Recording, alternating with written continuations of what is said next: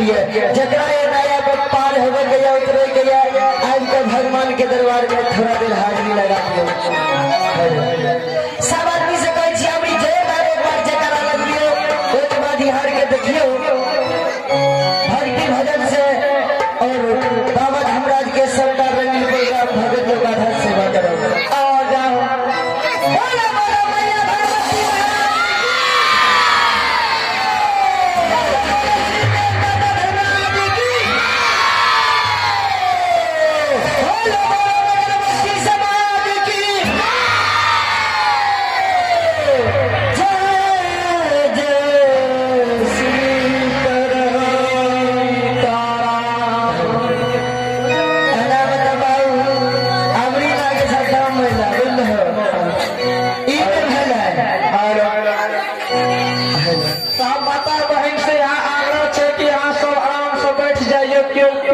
आदमी सब छै ने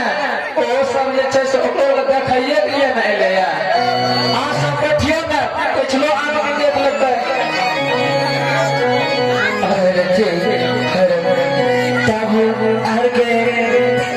चलू झांकी काले छे अरमा शेरावाली के अरमा भगवती के जे आरती होवे आपके सब के सेवा में उपस्थित छी और देखावे छी और घंटा अपने सब शांति पूर्वक से देखियो।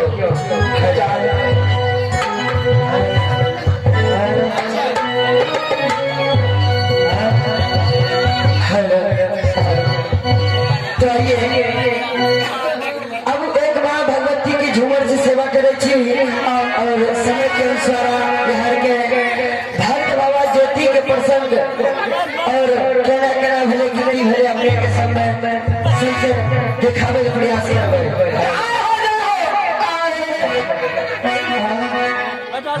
थोड़ा सा भजन कर चले छिए।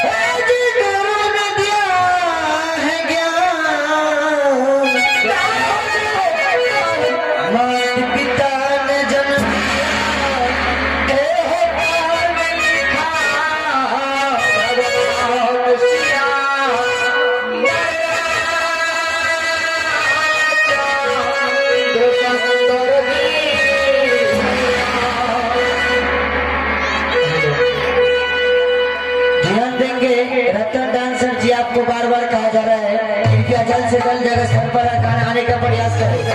रतन जी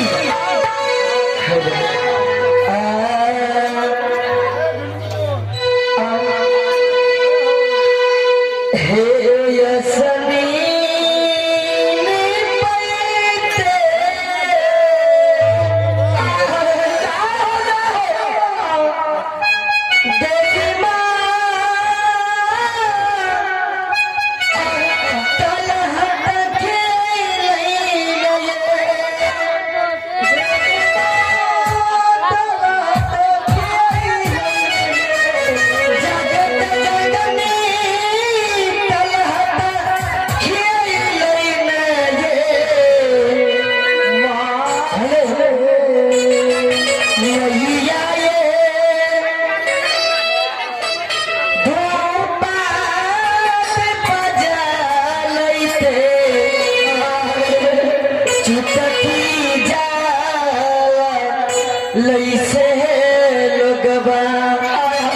लोग